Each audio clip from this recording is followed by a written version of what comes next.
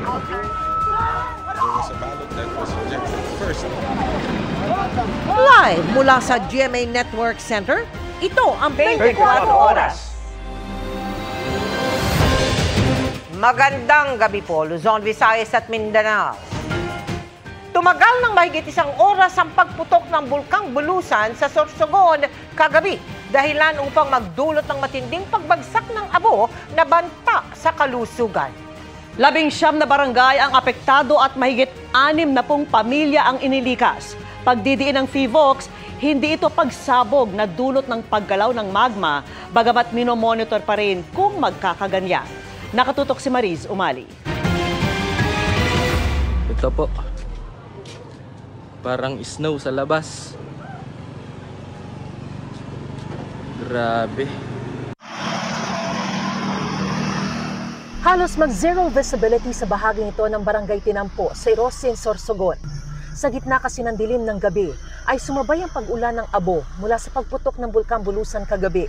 Ilang motorista ang inabutan ng ashfall sa daan. Unti-unti ring natabunan ng mga halaman. Sa lakas at dami ng patak, nagpayong na ang ilang residente habang nakabantay sa mga gamit nila sa bahay. Paghupa ng ashfall, ganito nakakapal ang naipong abo sa ilang kalsada. Animoy nabuhusan din ng basang semento ang ilang sasakyan. Sa motor ang dami. At ilang gamit sa paligid. Bakas din ang ashfall sa iba pang bahagi ng lalawigan. Ang bumagsak na abo ay kasunod ng phreatic eruption kagabi na tumagal ng 1 oras at 17 minuto. Ito na ang ikalawang pagputok ng Bulkang Bulusan ngayong linggo. Paliwanag ng FIVOX, ang phreatic eruption ay nangyayari kapag ang tubig sa bulkan ay dumampi sa mainit nitong volcanic materials. Natakpan daw ng makapal na ulap ang aktwal na pagputok pero narinig ang ugong nito sa ilang bahagi ng Irosin. Agad nagsagawa ng clearing operations ang lokal na pamahalaan at ilang pamilya rin ang inilikas. So we have recorded 65 families dito sa LGU Irosin. It's a total number of individual is 211. I see. So yan po ay nailikas lang kagabi.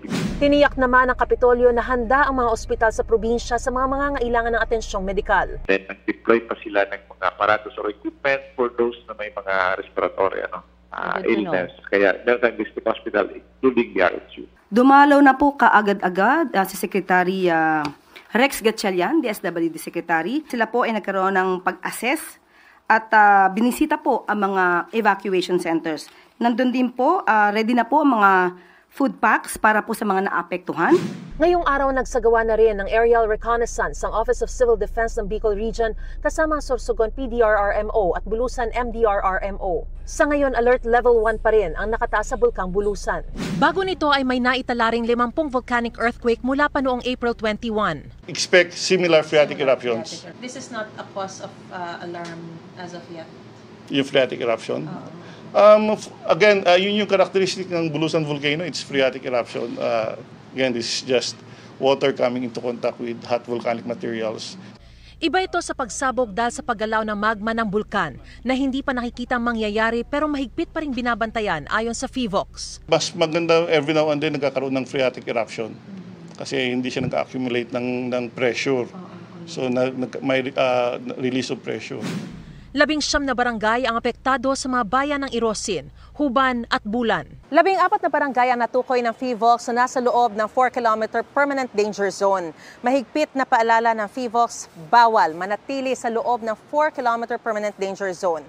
At dapat din daw maging alerto naman ang mga nasa 2-kilometer extended danger zone dahil sa posibilidad ng volcanic hazard gaya ng pyroclastic density current, ballistic projectile, rockfall, avalanche, bukod pa sa ashfall. Sabi pa ng FIVOX, mahalagang matanggal agad ang abong mapupunta sa bubong. Pwedeng bumagsak yung bubong kung masyado na mabigat. Sa mga residents, they just have to remain calm and alert. Nakatakdang mamigay ng N95 mask ang Health Department sa mga apektado ng ashfall. Lalabas ka, magsuot ka ng N95 mask. At ina-advisean din namin yung mga taong may hika, may heart disease, may lung disease, na lumayo. Para sa GMA Integrated News, Mariz Umali, nakatutok, 24 Oras. Natupok ang milyong-milyong pisong halaga ng ari-arian sa isang compound sa Maynila. matapos umanong pasukin at sadyang sunugin ng mga di nakilalang armadong lalaki. Nakatutok si Jomer Apresto. Ganito kalaking apoy ang sinusubukang apulahin ng mga bumbero matapos sumiklab ang sunog sa compound na ito sa Sampaloc, Maynila mag-aalas 2 ng madaling araw kanina. Pero ang sanhi ng apoy, posibleng sinadya umano. Sa kwento ng 21 anyos na caretaker ng compound na si alias J, natutulog na siya nang bigla siyang gisingin ng ilang armadong lalaki. Agad aniya siyang pinadapa ng mga ito at ginapos ang kanyang mga kamay. Di ko na sir na alam sir kasi mga naka-face mask, nakapangtakip ng mukha po eh. 6 or 5 motor lang yung nakita ko. May nakatapak sa akin, tapos pag sinabi nila tara na, yung pinakaramdam ko sila na parang wala na, saka na ako lumabas kasi may apoy na sir, malaki na po eh. Blanco naman si alias J kung nakalabas ba ang kanyang dalawang kasama na nagbabantay din sa compound. Wala naman ang kanilang mga amo na maganap ang sunog. Ayon naman sa barangay, nag-iimbestiga na ang pulisya kaugnay sa nangyari. Sira kasi ang CCTV nila na nakatutok sa lugar pero posibleng nahagip sa ibang anggulo ang mga armadong lalaki. Inuna rin daw nilang asikasuhin ang sunog. Nung nakita ko na po talagang sobrang lakas na po eh. Talagang may sumabog pang malakas. Ayon naman sa Bureau of Fire Protection, umabot sa ikalawang alarma ang sunog kung saan nasa halos 40 bumbero ang rumesponde. Tumagal na mahigit 4 na oras ang apoy bago na apula dakong alas 5:28 ng umaga. Ang mga laman po ito ay more on plastics. Yung siguro pang construction materials ito na ginagamit. Ang total estimated damages po natin ay nasa 6 million pesos more or less. Patuloy na hinahanap ng mga otoridad ang dalawang kasama na posibleng nakalabas sa kasagsagan ng sunog. Inaalam pa sa ngayon ang pinagmulan ng apoy. Para sa GMA Integrated News, Jomer Apresto, nakatutok 24 oras. Nagpaluwal ang gobyerno ng 80 milyong piso para lang gawing 4 na araw ang libreng sakay sa MRT3, LRT1 at LRT2 imbis ang nakagawaang isang araw lang na libre tuwing araw ng manggagawa. Pakiusap po ng palasyo, huwag nang malisyahan ang benepisyong nataon ilang araw bago ang eleksyon. At nakatutok si Dano Tingkungko. Bilang paggunita sa araw ng mga manggagawa o Labor Day bukas, May 1, libre ang sakay sa MRT3 at LRT Line 1 at Line 2 mula ngayong araw, April 30 hanggang Sabado, May 3. 3.5 million passengers ang makakabenepisyo dito. And sa hirap ng buhay ngayon, yun nga yung sinabi ni Presidente, is maliit na bagay ito. Maliit na bagay ito para to give back to our workers. Sabi ng DOTR, nasa 80 million pesos ang tinatayang revenue loss o lugi ng gobyerno sa 4 na araw na libreng sakay. Pero ayon sa palasyo, may sapat at inilaang pondo para rito at sadya itong hinabaan para mas maraming makinabang. Kasi po, kung May 1 lang po ibibigay, karamihan naman po walang pasok. So hindi naman po nila mararamdaman. Yung benepisyo matatanggap po nila. Pakiusap ng palasyo, huwag malisyahin ang benepisyong ginawa ilang araw bago ang eleksyon na taon-taon nang ikakasa. Hayaan po natin makinabang yung taong bayan sa mga maaaring itulong ng gobyerno sa kanila. Sa unang araw ng libreng sakay, sumakay ng tren si Transportation Secretary Vince Dizon mula MRT pa LRT. Napakaganda ng LRT2. Pero marami pa rin mga issues na kailangan natin i-address. Ang malaking issue dyan yung pagitan ng train, yung paghihintay ng pasahero para sa susunod na train, medyo matagal. And ang dahilan dyan, kulang tayo ng train. So marami kasi sa mga trains ng LRT2 medyo luma na. Ang train ng Line 2 kasi we started at 18, no? But through the years, 8 doon sira na. So 10 na lang yung naiiwan. Advice ng consultant, ng expert, parang luma na yung mga parts, obsolete na, wala nang mga nagmamanufacture niyan. Bumili na ng bago. Yeah. So yun ang tinitingnan namin ngayon. Para pabilisin ang pila at pagsakay ng tren, tatanggalin na rin ang x-ray machines. Magdadagdag tayo ng security, maglalagay tayo ng dagdag na K9 sniffing dogs, maglalagay tayo through DICT ng mga security cameras na may AI to mitigate yung pagtanggal ng x-ray machine. Para sa GMA Integrated News, Dana Tingkungko, nakatutok 24 oras. Lumalabas sa isang survey na isa sa kada 5 K-12 graduate ang hindi naintindihan ang kanilang binabasa o sinusulat. At kahit sa mga edad 10 hanggang 68, milyong-milyong Pilipino ang hindi nakakabasa. Ang mga hakbang na sinusulong sa Senado sa pagtutok ni Mav Gonzales. Paano kung kaya ng isang batang magbasa at magsulat o mag-compute ng math, pero hindi naman naiintindihan ang binabasa, sinusulat o kinukwenta?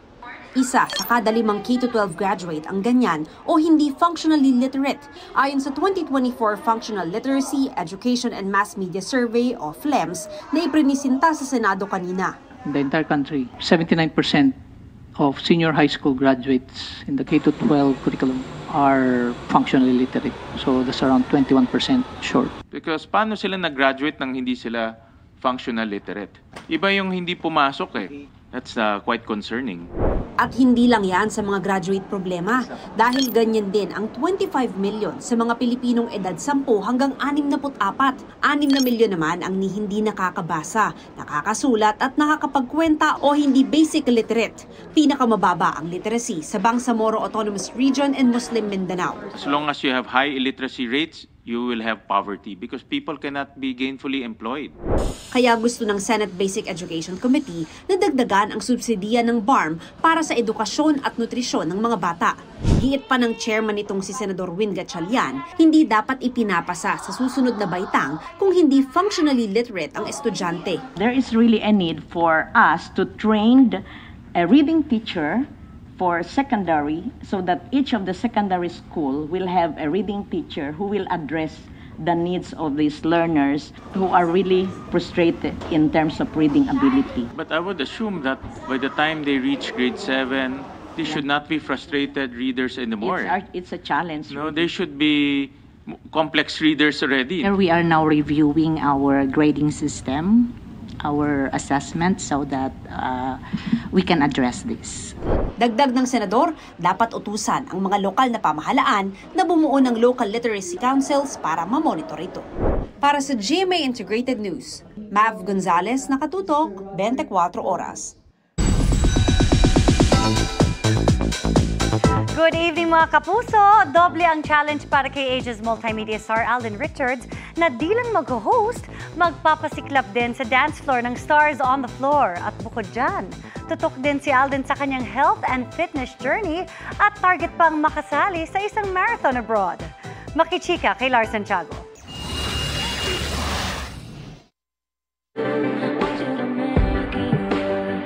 Over sa pakilig sa Asia's multimedia star Alden Richards na kumasa na rin sa Kim Son Ho trend. Di naman daw nalalayo dahil magkasing lalim ang dimples. Higit pa sa kilig, ready na rin si Alden na humataw sa dance floor dahil siya ang host ng pinakabagong dance show ng GMA, ang Stars on the Floor. It's the first time that we're gonna be seeing kolabanan between TV personalities and social media personalities. Hindi pa ito nakikita sa Pilipinas. This is the first time. This is an original concept of GMA. And parang gugulatin natin yung mga audience natin on what we have for them for this show. Challenge para kay Alden ang mag-prepare din ng sarili niyang dance production number. Medyo parang hindi naman kinalawang ng konti pero parang bumaga lang yung pick-up. But with this, hopefully, bumalik ulit. And andito pa rin naman pala eh. Andito pa rin yung dancing skills natin. Kahit naman naghahanda na si Alden para sa Stars on the Floor at busy rin sa kanyang mga negosyo. Isang bagay ang hindi niya kinakalimutan, ang health and fitness. Running at cycling ang nagsisimula ng kanyang araw bukod pa sa CrossFit training. May mga nakalinya ng ang sports event na sasalihan si Alden. Since malapit na po yung Mowel Fun Run, sa May 11 na po yan, and I hope nakaregister na po ang mga kapuso natin. I'll be running 16K for that. And in December, I'm gonna be running a half marathon. And hopefully, tinatrabaho ko na rin po ngayon to really get a slot for the Tokyo Marathon next year, which is March 1, 2026. Lars Santiago, updated sa showbiz happenings. Muling magtitipon para sa ika-6 nilang General Congregation ang mga kardinal sa Vatican bago ang Papal Conclave o pagpili sa bagong Santo Papa simula sa May 7. At sa kabila ng pagpansin ng ilan sa dumaraming kardinal sa labas ng Europa kumpara sa mga naunang conclave, paniwala ng ilan, walang kinalaman dyan ang magiging pagpili na ginagabayan nila ng Espiritu Santo. Nakatutok si Maki Pulido. Sa huling tala, 133 cardinal electors ang lalahok sa isasagawang conclave sa May 7. Sino kaya sa kanila ang hihiranging bagong Santo Papa? Sa batas ng Simbahang Katolika, hindi kailangang kardinal para maihalal na Santo Papa. Sa kasaysayan nga ng simbahan, may mga naging Santo Papa na hindi kardinal. Merong lay people, pari at bishop. Ang unang pope, si St. Peter, ay isang mangingisda. Pero mula taong 1378, puro kardinal na ang naihahalal para mamuno sa Simbahang Katolika. Paliwanag ni Father Joel Camaya, propesor ng Don Bosco School of Theology. Usually, kasi sila yung nandun, why would they choose somebody who would be from outside? Yun lang nga, hindi na nga sila, hindi na magkakakilala. Paano pa kayong iba from outside na sigurado hindi kakilala ng iba nilang mga kasama. Sa mga cardinal electors, pinakamarami ang mula Europa na mahigit 50. Sunod ang mahigit 20 mula sa Asia. Ayon sa Pew Research Center, dumami ang galing sa Asia, Africa at Latin America dahil sa mga appointment ni Pope Francis. Karamihan nga sa uupong cardinal electors ay appointee ni Pope Francis. Sa loob ng halos 2,000 taon, mula sa Europa ang mga nahahalal na Santo Papa hanggang noong 2013, nang mahalal si Pope Francis na mula Argentina, bansa sa Latin America. Pero ayon kay Father Joseph Don Zaldivar, propesor sa San Carlos Seminary, sa huli walang ibig sabihin ang mga numerong yan dahil kahit tao lang din ang mga kardinal, ang proseso ng pamimili ay espiritual at pinaniniwala ang may gabay ng Espiritu Santo. Ganun ang Espiritu Santo kung minsan, no? Na yes, He allows human components to enter, pero nanggugulat siya si Pope Francis din, no? Parang everyone is expecting a European Pope, no? Tapos biglang, Latino-Americano. Jesuita pa, no? Ito mga Jesuita, kilala ko sila, ayaw nila sana mag-obispo no? Maging papa pa. Para sa GMA Integrated News, Maki Pulido, nakatutok, 24 oras.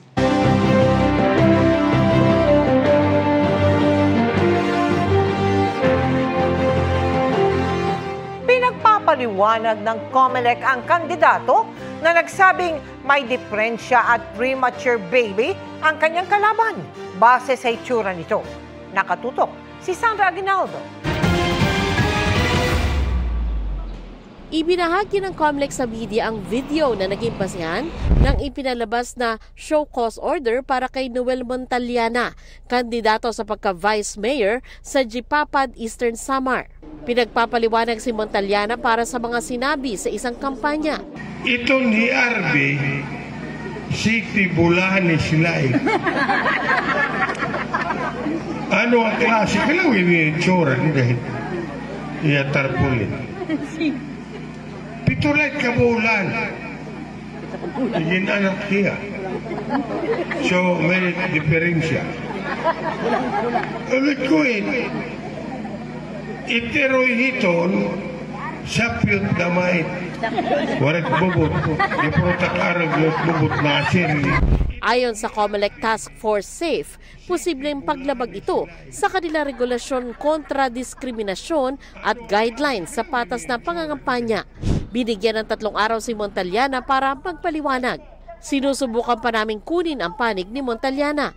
Kaugnay naman sa pagbebenta ng 20 pesos kada kilo ng bigas sa ilang lugar, sinabi ng COMELEC na pwede na itong isagawa ng Department of Agriculture. Pwede rin daw itong ibenta sa pamamagitan ng Kadiwa Center. Pero kung may partisipasyon daw ang local government, gaya ng subsidiya para maibaba ang presyo ng bigas, mainam dumaan muna sa COMELEC. Nagpaalala ang COMELEC na merong 10 araw na ayuda ban bago mag-eleksyon o mula May 2 hanggang May 12. Maglalatag po sila by tomorrow dyan sa Visayas area ng pagbibenta ng 20 pesos na bigas.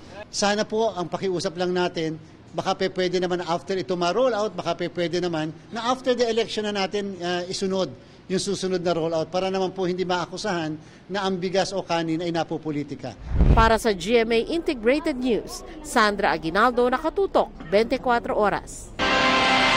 Hiniling ng partidong Lakas CMD sa National Bureau of Investigation na habulin ang mga nagpapakalat ng anilay peking dokumentong naglalatag ng plano para pabagsakin umano ang pamilya Duterte. Sa isang statement, iginit ng Lakas CMD na malisyoso ang pag-uugnay sa kanilang partido sa binansagang Oplan Horus. Ang dokumento, tinukoy kahapon ni Senadora Amy Marcos sa pagsasabing politika umano ang nasa likod ng pag-aresto kay dating Pangulong Rodrigo Duterte.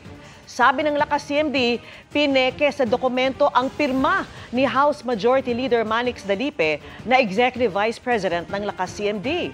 Itinanggi ni Dalipe na may kinalaman siya sa naturang dokumento.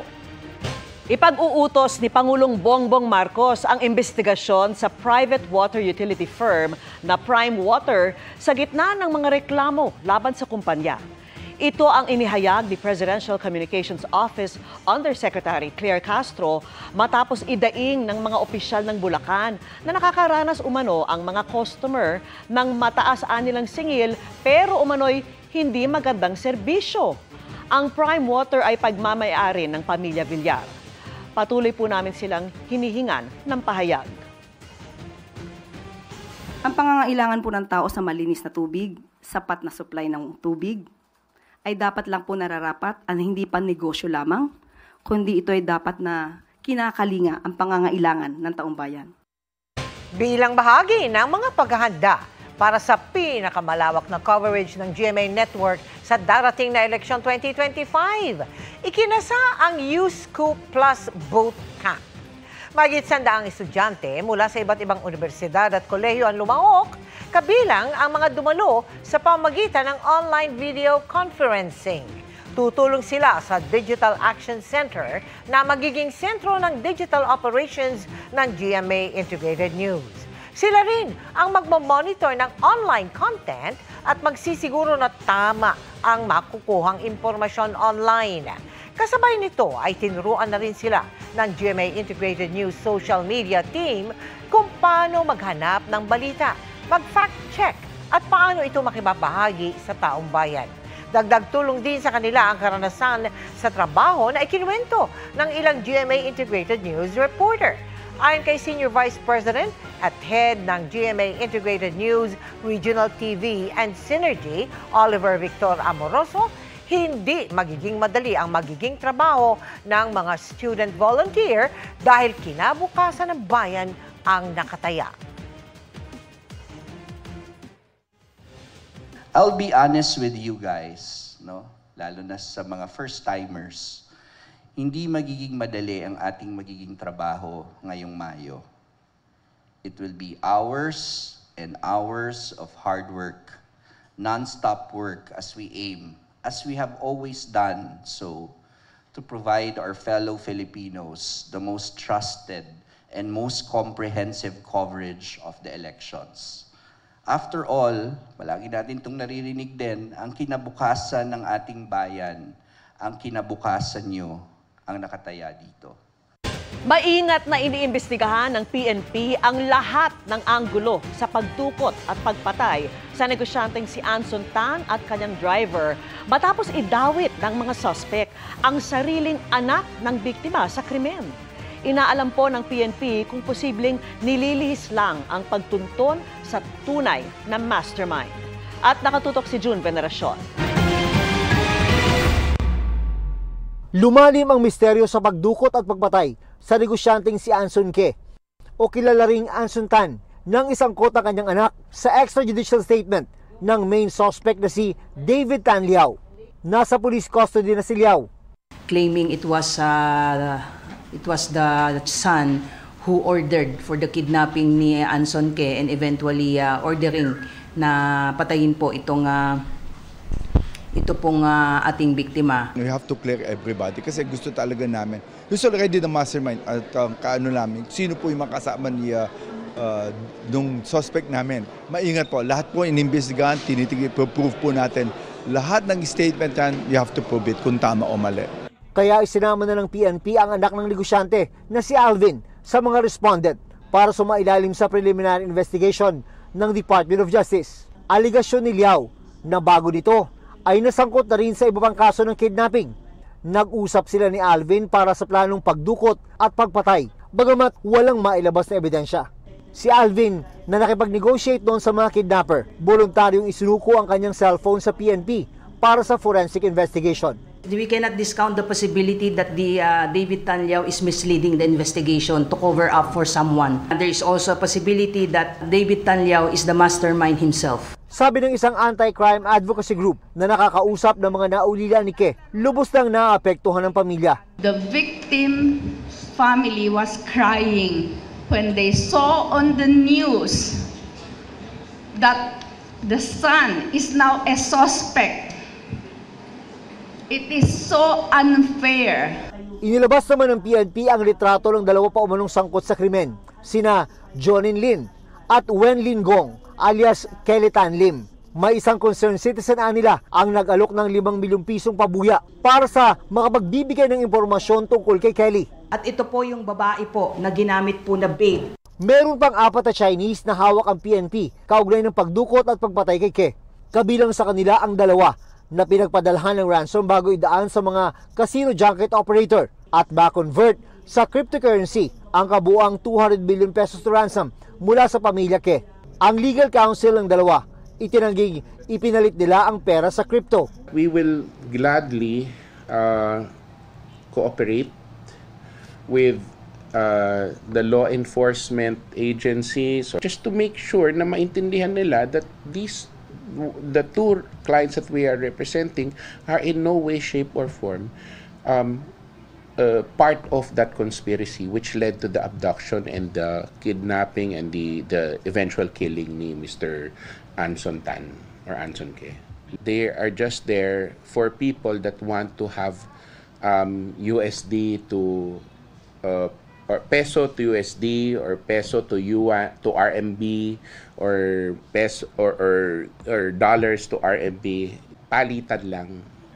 At hindi sila yung naging recipient nung ransom money in any way. Para sa GMA Integrated News, June Veneracion, nakatutok 24 oras.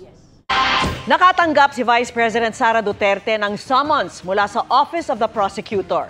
Ayon sa bise, pinahaharap siya kaugnay ng reklamong inihain ng NBI, kaugnay ng sinabi niya noong Nobyembre na pagpapapatay kay Pangulong Bongbong Marcos, First Lady at House Speaker. Nilinaw kinalauna ng bise na hindi ito pagbabanta, kundi bilang pagdidiin sa umunoy banta sa kanyang seguridad. Ang summons kinumpirma ni Prosecutor General Richard Fadulyon. Anya, nakaschedule na ang preliminary investigation sa May 9 at sa May 16. Ako man ay naka-receive din kanina ng summons sa Office of the Prosecutor sa final ng National Bureau of Investigation na kaso laban sa akin. Nakibahagi ang GMA Kapuso Foundation at GMA Sparkle Artist Center sa isang proyekto na mamahagi ng gadgets, internet devices at training sa Marawi. Sa ilalim yan ng Pay It Forward project na layong unting-unting tuldukan ang digital divide o agwat ng mga walang access sa internet at meron. Napagkasundo niyan sa pagitan ng Republic Asia Media at iAcademy. Makakatuwang din dito ang Budget at Education Department pati ang DICT. Kasama sa MOA signing para dyan, sina Republic Asia founder and CEO Brandon Reluao, iAcademy President and CEO Raquel Perez Wong, GMA Senior Vice President Attorney Annette Gozon Valdez, Sparkle First Vice President Joy Marcelo, at Budget Secretary Amena Pangandaman. Inapila ng kumpanyang may-ari ng nadisgrasyang bus sa NLEX nitong Semana Santa ang 30 araw na preventive suspension na ipinataw ng LTFRB sa 6 nitong bus unit. Pero posible pang madagdagan ang paglabag kung hindi makakasunod sa iniutos ng LTFRB na pagsumiti naman ng dashcam video mula sa bus. Nakatutok si Tina Panganiban Perez. Kabilang sa mga disgrasyang naitala nitong Semana Santa na dininig kanina ng LTFRB, ang pagbangga ng isang bus sa isang truck sa NLEX na ikinasugat ng 11 tao.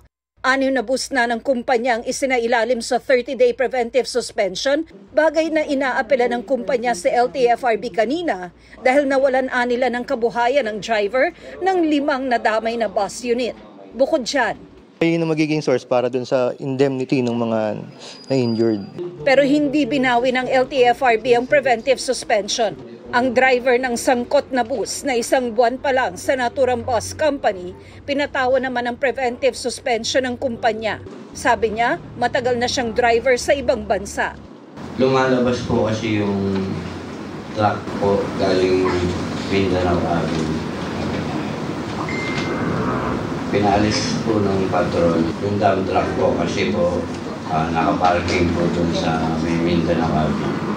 Ngayon po, dumadating po ako sa 3rd lane to 4th lane. Pagkatapos po nakita ko po yung truck na paparating po, kaya umiwas po ako ng 3rd lane po. Coming from behind? Coming from the right po. What was your speed then? Siguro po mga 60 to 70. Dapat po nagmiminor po tayo. Kapabayan ho niya dahil sobrang bilis ng takbo niya. Sir, may issue po ba dun sa roadworthiness ng unit nila? Of course. Kasi pansin mo nung nag-brake, biglang tumaob yung bus. Ibig sabihin may problema po. Kabilang sa dapat meron ang bus para maging roadworthy ang dashcam na iniutos na sa isang memo ng DOTR. Kaya pinasusumite ng LTFRB kung may dashcam video ang bus. Pag wala, that would mean additional violation. Kaya sa susunod na linggo, magpupulong ang task force ng DOTR, LTFRB at LTO na titiyak na ligtas lahat ng pampasaherong sasakyan sa bansa. We will set parameters po for the standards on road safety and standard ng mga terminal. Kabilang sa igigiit ay pagtupad sa mga kasalukuyan ng panuntunan. Like 1, dashcam. Number 2, fire extinguisher sa mga buses, wala. And then number 3, yung mga buses po are equipped with adequate equipment. Para sa GMA Integrated News, Tina Panganiban Perez, nakatutok 24 oras. Kahit tag-init, nakaranas ng masamang panahon ang ilang bahagi ng bansa kahapon. Ganyan po kalakas ang ragasan ng baha sa bahaging yan ng Alameda, Cotabato. Dahil sa laki ng tubig, stranded ang ilang motorista. Ang pag-apaw ng tubig, kasunod ng matinding buhos ng ulan. Binahari ang ilang kalsada sa Iloilo kagabi dahil sa mga pag-ulan. Nasira at nahulog naman ang bahagi ng kisame ng isang hotel. Ayon sa Pag-asa, posibleng dahil ito sa malakas na hanging dala ng intense thunderstorm. May tsansa pa rin ng mga pag-ulan bukas, base po yan sa datos ng Metra Weather. Maaring may pag-ulan sa Northern at Central Luzon, Mimaropa, ilang bahagi ng Visayas at Mindanao. May malalakas na ulan na posibleng magpabaha o magdulot ng landslide.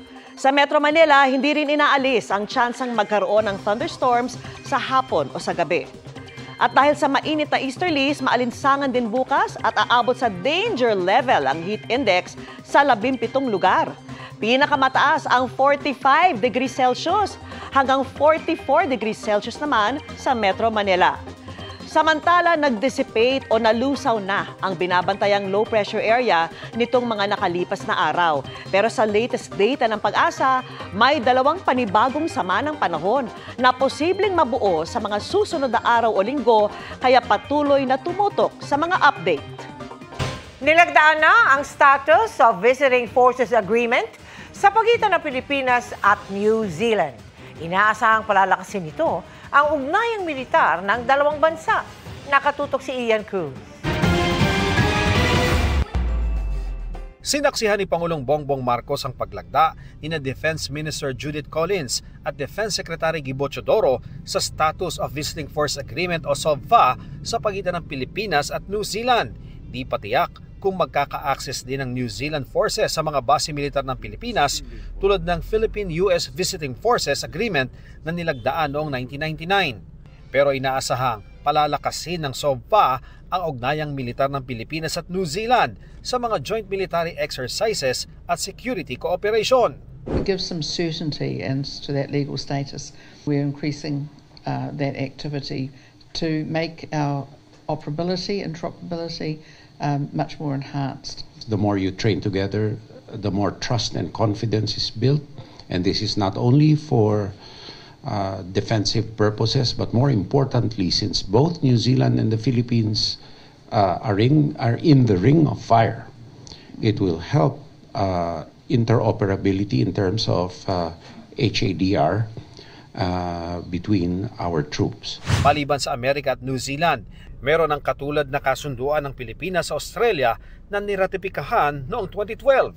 At Japan ang Reciprocal Access Agreement o RAA na hinihintay na lang maratipikahan ng sangay ng Japanese government na katumbas ng Kongreso ng Pilipinas. The agreement that we have with the Philippines is very similar to the agreement between the Philippines and Australia.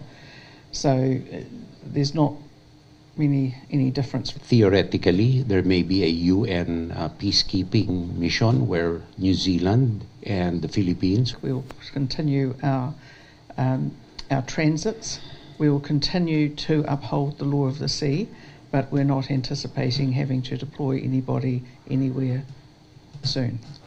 Matapos pirmahan ng Status of Visiting Ports Agreement sa pagitan ng Pilipinas at New Zealand, sinabi ni Secretary Teodoro na malapit na rin daw mapirmahan ang kahalintulad na VFA sa pagitan ng Pilipinas at Canada. Nagipag-usap na rin daw sila sa France para sa nasabing kasunduan.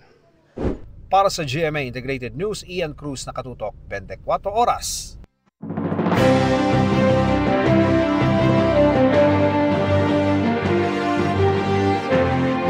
Labindalawang araw bago ang eleksyon 2025, patuloy sa pag-iikot at pangangampanya ang mga tumatakbo sa pagkasenador.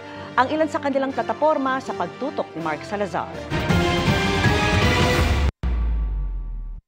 Ibinida sa Negros Occidental ni Kiko Pangilinan ang naipasa niya noong mga batas. Si Ariel Quirubin hinikayat ang mga manggagawa na bumoto ng mga tamang kandidato. Pagpapababa ng presyo ng pagkain, lalo ang bigas, ang idiniin ni Danilo Ramos. Kasama niya sina Jerome Adonis na pagpapataas sa national minimum wage ang itinutulak. Si Representative Franz Castro, good governance at paglaban sa korupsyon ang pangako. Paglaban sa dinastiya sa politika ang isinusulong ni Leody de Guzman. Nais ni Attorney Sunny Matula bigyang insentibo ang mga mag-asawang 50 taonang kasal. Binigyan diin ni Senator Francis Tolentino ang pagtanggol sa West Philippine Sea. Nangako ng tulong sa agriculture and fishery sectors si Representative Camille Villar. Reforma sa sektor ng agrikultura ang isa sa mga itinutulak ni Benhur Abalos. Gustong isabatas ni Bam Aquino ang 200 peso legislated wage hike. Pagpapabuti sa sektor ng edukasyon at kalusugan ng naistutukan ni Mayor Abby Binay. Kapakanan ng mga taga Mindanao ang pangako ni Senator Bong Revilla. Mababang presyo ng bilihin ang tututukan ni Representative Bonifacio Bosita. Political reforms ang inihayag sa aklan ni Teddy Casino. Youth empowerment ang binigyang halaga ni Senator Pia Cayetano sa Iloilo City. Magna Carta para sa barangay officials ang isinusulong ni Attorney Angelo de Alban. Paglapit ng serbisyong medikal sa taong bayan ang prioridad ni Senator Bongo. Nagtungo sa Hague na Bohol si Ping Lacson. Si Attorney Raul Lambino idiniin ang kahalagahan ng peace and order sa bansa. Pensyon sa mga magsasaka at mangingisda ang ikinampanya ni Senator Lito Lapid. Trabaho at kabuhayan para sa mga mahihirap ang itinutulak ni Congressman Rodante Marcoleta. Libreng pabahay para sa mahihirap at mga biktima ng sakuna ang nais ni Manny Pacquiao. Patuloy naming sinusundan ang kampanya ng mga tumatakbong senador sa eleksyon 2025. Para sa GMA Integrated News, Mark Salazar. Nakatutok 24 oras. Truly memorable dahil na-challenge si Julian San Jose sa role niya sa high-rating GMA at View series na Slay. Kagagaling lang niya sa Saudi Arabia para sa isang jam-packed show at next namang nagpaplano para sa isang birthday trip. Makichika kay Lars Santiago. The mystery continues dahil hindi pa rin tukoy ang killer ng fitness influencer na si Zach sa high-rating GMA at View series na Slay. Isa-isa nang naimbestigahan dahil sa posibleng motibo pero kani-kanya ring alibay sina Sugar, Liv, Amelie at Yana. Para kay Julian San Jose na gumaganap as Lev, sobra siyang na-challenge kaya tumatak at mahirap raw kalimutan ang Slay. Ako na-enjoy ko yung character ko as Liv. Complex yung kanyang character. May mga times na minsan hindi ko siya naiintindihan pero ganito pala yung pinagdadaanan niya. First time din ni Julie sa mga eksenang pisikalan kung saan sinasaktan siya ng karakter ni Derek Monasterio na si Zach. Kaya sobrang appreciated ni Julie ang pagiging maingat ni Derek sa mga eksena. Careful naman din si Derek and sa totoong buhay talagang gentle kasi talaga siya. So, yun, such a good friend, such a good actor. Sa May 17, birthday na ni Julie. Simple lang daw ang celebration with family at boyfriend na si Raver Cruz. At pagkatapos nito, pupunta kami na Singapore to watch the Lady Gaga concert. So I'm very excited. I'll be going with Ray, my two sisters, and my mom. Medyo na din, birthday celebration na din, post-birthday celebration. Kararating lang ni Julie matapos mag-show sa Alcobar, Saudi Arabia. It's truly, really memorable kasi just seeing our fellow kababayans in Saudi, it makes a huge impact on someone else's life. Alam mo yung mapawi yung pagka-homesick nila. Sobrang daming tao, Tito Lar, grabe, hindi ko in-expect na ganong klase yung crowd. Lar Santiago, updated sa showbiz happenings. Dahil po sa kumpiyansa sa hinaharap ng GMA Network ngayong 2025, nagdeklara ang kumpanya ng 2.4 billion pesos na total cash dividends. Katumbas po yan ng 50 centavos kada share at matatanggap ng shareholders sa May 20, 2025. Ayon sa GMA Network, mas malaki ito kumpara sa net income after tax ng kumpanya noong isang taon pero pasok pa rin sa retained surplus account. Pagpapakita raw ito ng kumpiyansa ng Board of Directors at Management ng Kapuso Network sa matibay na financial fundamentals at positibong outlook nito ngayong taon. Naayon din yan sa commitment ng GMA na pagbibigay ng long-term value sa shareholders habang pinapanatili ang operational at fiscal resilience nito. Mula nang mailista sa Philippine Stock Exchange noong 2007, napanatili ng GMA Network ang track record nito sa pagbibigay ng mataas na dividend payout sa average na 90% ng net income after tax nitong kada taon.